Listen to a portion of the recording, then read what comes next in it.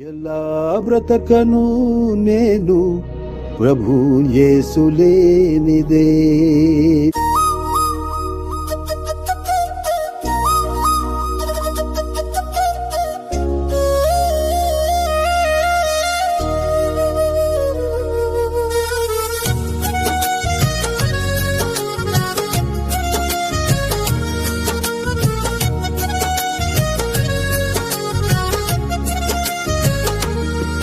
ఎలా బ్రతకను నేను యేసు లేనిదే. ఎలా బ్రతకను నేను యేసు లేనిదే. నీ కోసమేగా మరి నా ఊపిరి. ఎలా బ్రతకను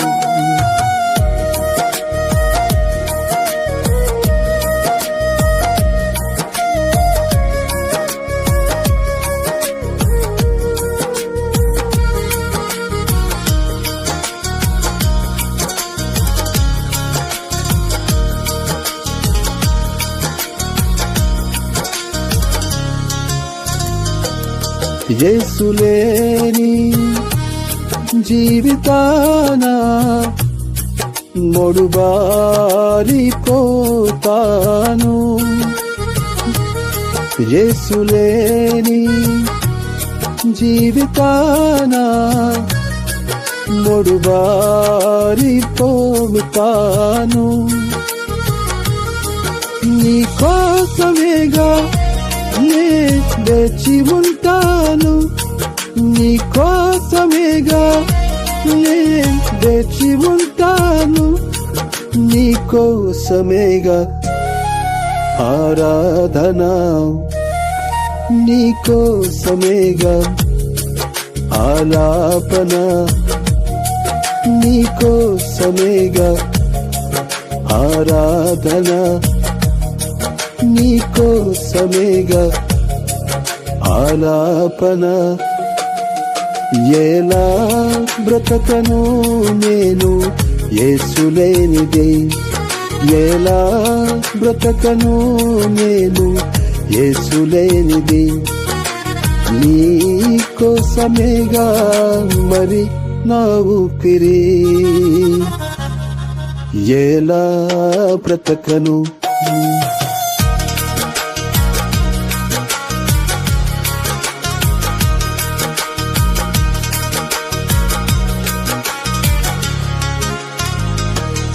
అంధకార లోకములో నలిగిపోవచ్చున్నాను.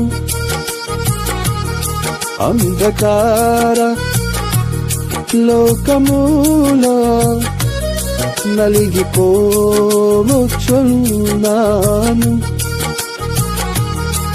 నీ స్వరము నన్ను తాకుచున్నది.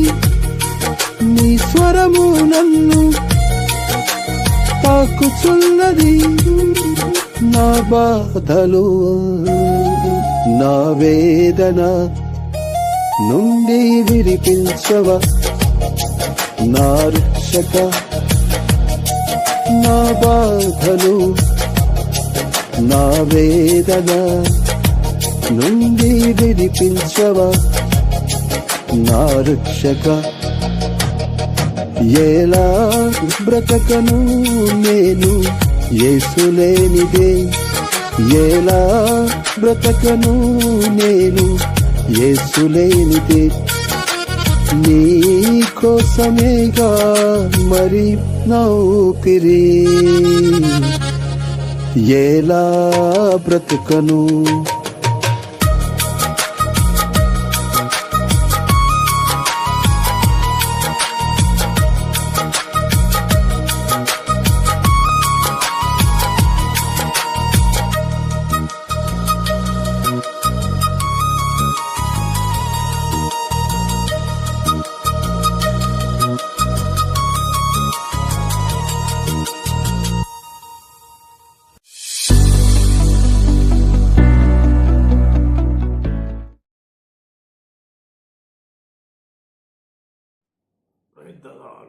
దేవునికి స్తోత్రం కలుగును గాక.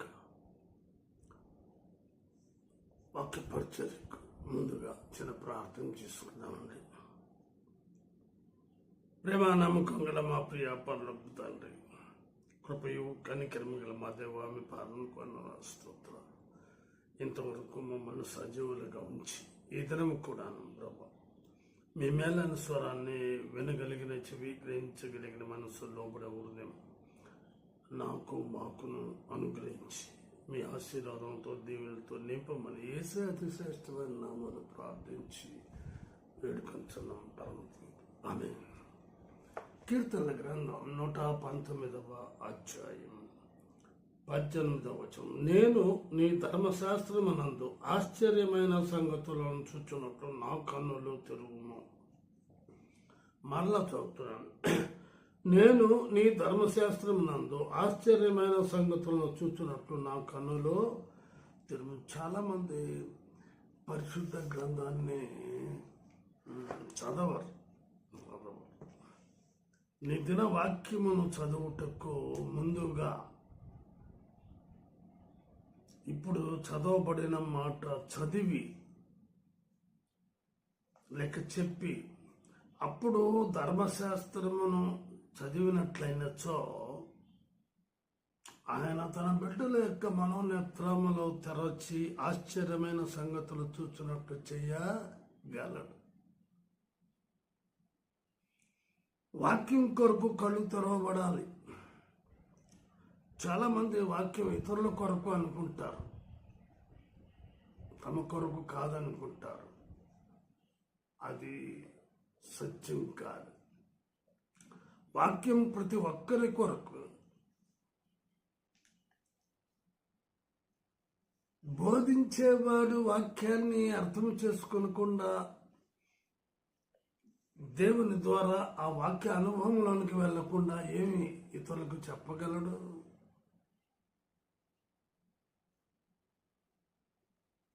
ఈ వాక్యము నీలో ఉన్న పాపాన్ని చూపిస్తుంది. వాక్యము నీలో ఉన్న లోపాన్ని తెలియజేస్తుంది. అందుకొరకు నీ కళ్ళు తెరవబడతాయి. చెబితే కందే తెరవబడవు కదా. ఓ ప్రవక్త వచ్చి దావీదుతో అన్నాడు, ఆ మనుష్యుడు నీవే. అప్పుడు కళ్ళు తెరవబడ్డాయి. అంతవరకు తను చేసినటువంటి పాపం తెలియలేదు. అందుకే సామెతల గ్రంథంలో ఒక మాట ఉంది, 28వ అధ్యాయం 12వ వచనం. అతిక్రమములను దాచిపెట్టువాడు వర్ధిల్లడు, వాటిని ఒప్పుకొని విడిచిపెట్టువాడు కనికరము పొందును. కాబట్టి వాక్యము చదువునప్పుడు నీలో ఉన్న లోపాలు బయటపడతాయి. అంటే అనేక సార్లు నీ మాటలు ఎలా ఉన్నాయో, నీ నడవడిక ఎలా ఉందో, నీ ప్రవర్తన ఎలా ఉందో, నీవు చూపించే ప్రేమ ఎలా ఉందో, నీ విశ్వాసం ఎలా ఉందో తెలియజేస్తుంది. చదవబడిన వాక్య భాగములో ఆశ్చర్యమైన సంగతులను చూడగలం అని తెలియజేస్తుంది. కాబట్టి ఇశ్రాయేలీయులు యోసేపు కాలములో ఐగుప్తు దేశంలో గోషేను ప్రాంతంలో ఎంత సంతోషముగా జీవించారో అన్నలు గాని తండ్రి అయిన యాకోబు గాని ఊహించారా? ఇది దేవుడు చేసిన ఆశ్చర్య కార్యం.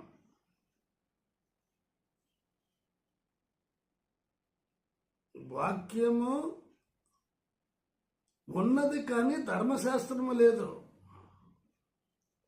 వాక్యమే దేవుడు కదా. వాక్యమే దేవుని మాటలు. దేవుని మాటలు అనుసరించే కదా అబ్రహాము, ఇస్సాకు, యాకోబు, యోసేపు నడిచింది. కాబట్టి దేవుని మాటలు ఉన్నాయి, దేవుడు ఉన్నాడు, కానీ ధర్మశాస్త్రము లేదు. అప్పుడు అట్టి కాలములోనే ఆశ్చర్యకరమైన కార్యాలు చూడగలిగినారు జీవితంలో. ఐగుప్తీయులకు హెబ్రీయులకు పడదు. మరి అటువంటి హెబ్రీ పడుచువాడు ఐగుప్తు దేశాన్ని రాజుగా ఎలా ఏలగలుగుతాడు? అదే దేవుడు చేసే ఆశ్చర్యకరమైన కార్యాలు. కొందరి మనోనేత్రములు ధర్మశాస్త్రమునందు చూస్తే గాందే ఆ పాపం, ఆ లోపం, ఆ అతిక్రమం, ఆ దోషం అవన్నీ కనబడతాయి. నీతిగా నిజాయితీగా నడిచినటువంటి వ్యక్తికి అవేవి అడ్డురాలే. ధర్మశాస్త్రములు లేనప్పుడే ధర్మశాస్త్ర ప్రకారం నడిచిన వ్యక్తి యోసేపు. ఇప్పుడు ధర్మశాస్త్రం వచ్చిన తర్వాత అనేకుల నేత్రాలు తెరవబడటం లేదు. అది ఇతరులకు బోధించటానికని ఏదో చెప్పి ఏదో ఎరడో చూపించుకుంటారు. అయిపోయింది. వాళ్ళకి అతి త్వరలో శిక్ష రాదు. ఎందుకంటే వారు దేవుని కార్యాలు కదా చేస్తూ ఉండేది. అంత త్వరగా వారికి నిదానమే ప్రధానం. కొంచెం దేవుడు నిదానిస్తాడు, తెలియపరుస్తాడు, గాయపరుస్తాడు, మనోనేత్రాలు తెలియజేస్తాడు. అప్పుడు బోర్లు ఏడ్చే పాస్టర్లు ఉన్నారు, ప్రజలు ఉన్నారు, విశ్వాసులు ఉన్నారు, క్రైస్తవులు ఉన్నారు, నమ్ముకున్న వారు ఉన్నారు. కాబట్టి ఆశ్చర్య కార్యములు అంటే విక్టరీ, విజయం. నీకు తెలుసో తెలీదో విజయం పక్కనే అపజయం ఉంటుంది. ఫెయిల్యూర్ విజయం ప్రక్కనే ఉంటుంది.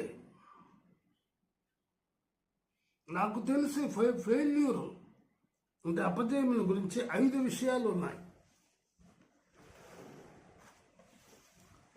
అపజయం ఎందుకు జరుగుతుంది? డిజోబీడియన్స్, అవిధేయత, లోబడకపోవటం,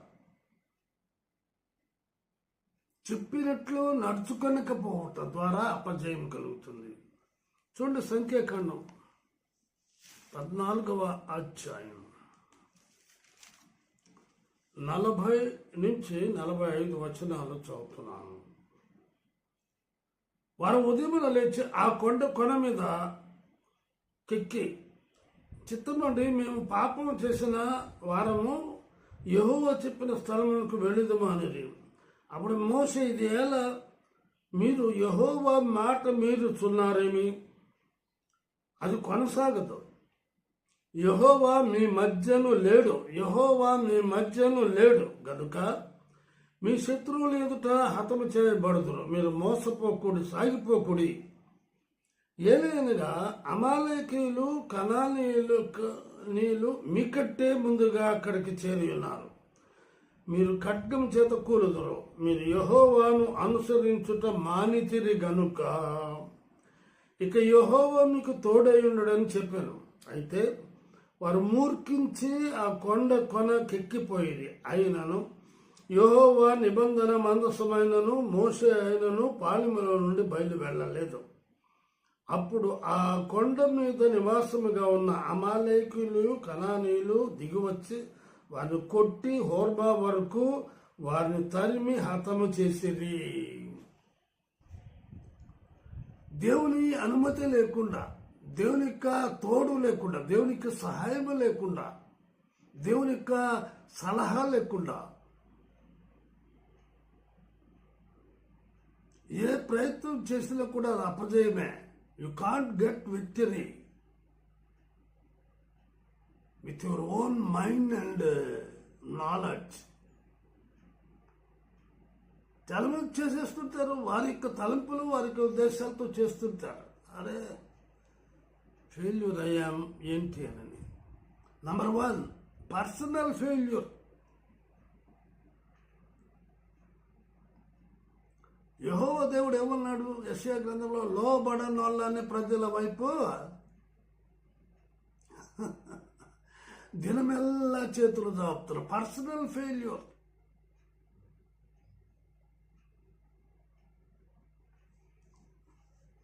లూకాసు వార్త 5వ అధ్యాయంలో మనకందరికీ తెలిసినటువంటి విషయం సిమోను పేతురుని గురించి రాయబడి ఉన్నది. అతడు జాలరి, ఎక్స్పీరియన్స్డ్ పర్సన్, అనుభవజ్ఞుడు. ఎప్పుడు చేపలు పడతాయి, ఎక్కడ పడతాయి, ఎటువంటి చేపలు పడతాయి అన్నది సిమోను పేతురు వెన్నతో పెట్టిన విద్య. అటువంటి వ్యక్తికి రాత్రంతా ప్రయాసపడితే కానీ ఒక్కటి పడలేదట. నమ్ముతారా? ఎక్స్పీరియన్స్డ్ పర్సన్కి ఏ సమయంలో, ఏ స్థలములో, ఎప్పుడు అన్న విషయంలో తెలిసిన వ్యక్తి వేసినప్పుడు, అందుకే అంటాడు 5వ అధ్యాయం 4వ వచనం చూడండి. ఆయన బోధించుట చాలించిన తరువాత నీవు దోణెను లోతులకు నడిపించి చేపలు పట్టుటకు మీ వలలో వేయుడని సీమోనుతో చెప్పగా, సీమోను ఏలినవాడా, రాత్రి అంతయు మేము ప్రయాసపడితే గాని మాకేమీ దొరకలేదు.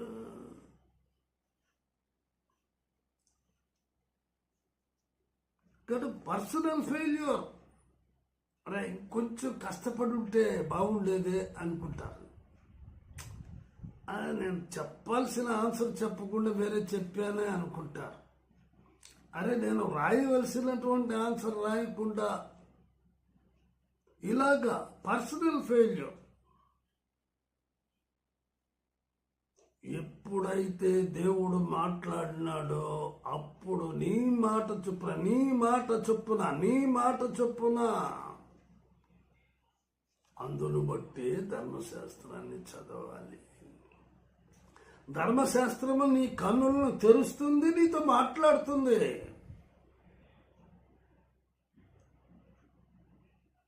అది అనేకులు గ్రహించలేకపోతూ ఉన్నారు. కాబట్టి ఎప్పుడైతే దేవుని మాట విని లోబడి వేశాడో ఏమని వ్రాయబడుతూ ఉన్నది? వారు అలాగూ 6వ వచనం చేసి విస్తారమైన చేపలు పట్టింది, అందుచేత వారి వలలు పిగిలిపోవుచుండగా వారు వేరొక దోణిలో ఉన్నవారు తమ పాలివారు వచ్చి తమకు సహాయం చేయవలనని వారికి సంజ్ఞలు. ఎప్పుడైతే నువ్వు లోబడతావో, ఎప్పుడైతే దేవుని వాక్యాన్ని నువ్వు చదువుతావో, you will get victory in your personal life. రెండవదిగా ఫ్యామిలీ ఫెయిల్యూర్. కుటుంబమే అపజయం. ఏమండి? నయోమి కుటుంబం. ఎవడు చెప్పాడు వెళ్ళమని? అనేది they are not at all understanding the word of God. దేవుని మాటను సరిగా అర్థం చేసుకోలేదు. వీరి కాలంలో ధర్మశాస్త్రం వచ్చేసింది.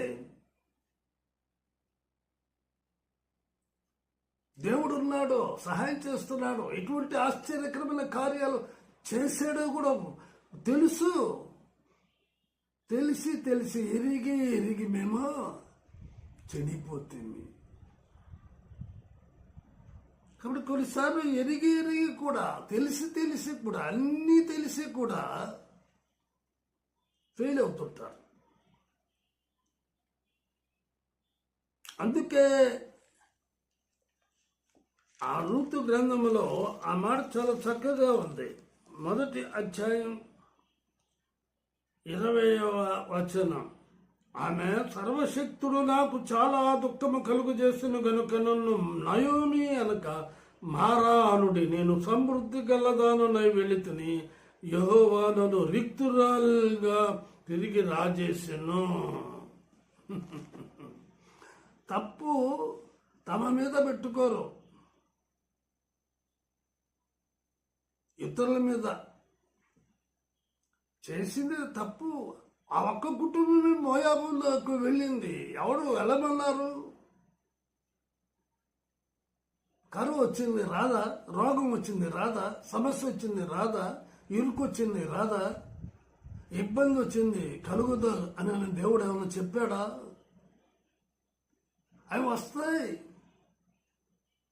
వచ్చినప్పుడు నువ్వు నిలబడలేకపోతే ఫ్యామిలీ ఫెయిల్యూర్, ఆఫ్టర్ ఫెయిల్యూర్.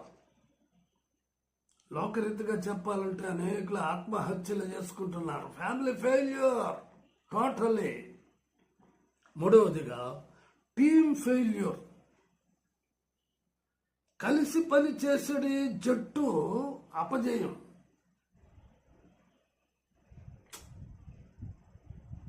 గౌరవలేని తలం వచ్చేస్తే నువ్వు కలిసికట్టుగా పని చేయకపోతే అపజయమే ఆ టీంకి. అది క్రికెట్ అయినా, అది ఫుట్బాల్ అయినా, అది వాలీబాల్ అయినా, అది టేబుల్ టెన్నిస్ అయినా, అది షటిల్ అయినా, అది కబడ్డీ అయినా,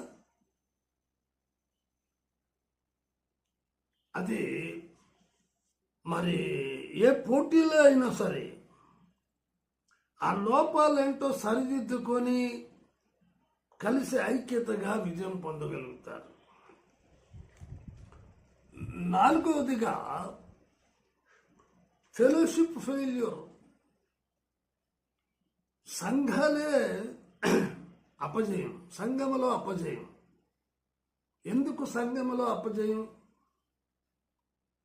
సంఘములో సాతానుడు రాజ్యం వెళ్తున్నాడు.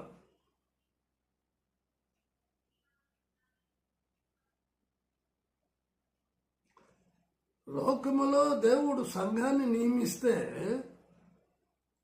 ఆ సంఘంలో లోకాన్ని సాతానుడు నియమిస్తున్నాడు.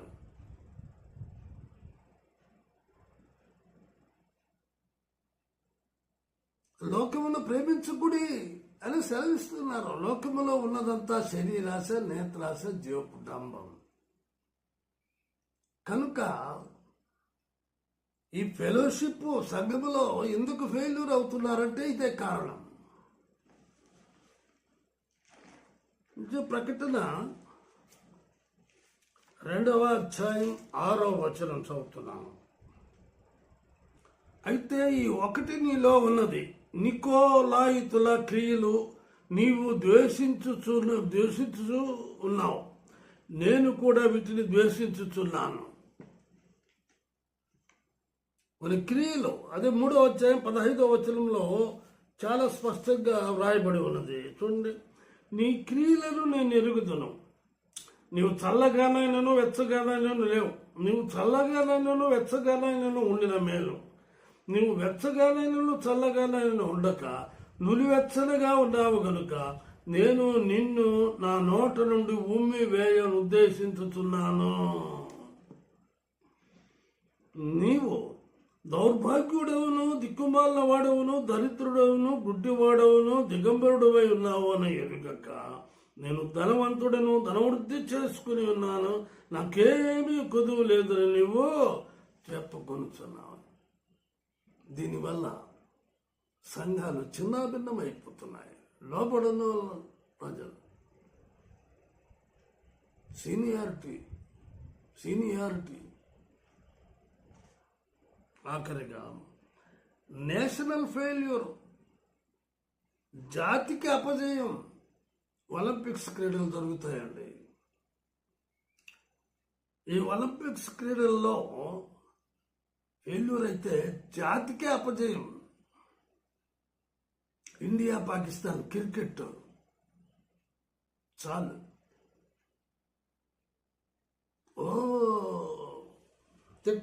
తిడతారు, ఇళ్ళు కూడా కోల్ చేసేస్తారు, గందరగోళం చేస్తారు. అయితే ఇశ్రాయేలీలు ఐగుప్తులో ఉన్నప్పుడు నిజదేవుణ్ణి ఆరాధించారు.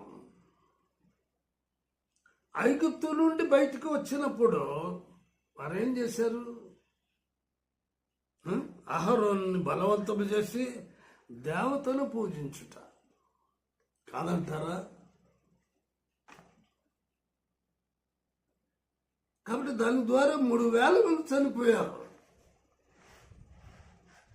విజయం కావాలంటే 3 ప్రాముఖ్యమైన విషయాలు. 1, దేవుని యందు విశ్వాసం ఉంచాలి. 2, యథార్థముగా నడుచుకోవాలి. 3, లోకపరమైన సంగతుల విషయంలో జాగ్రత్తగా నడుచుకోవాలి.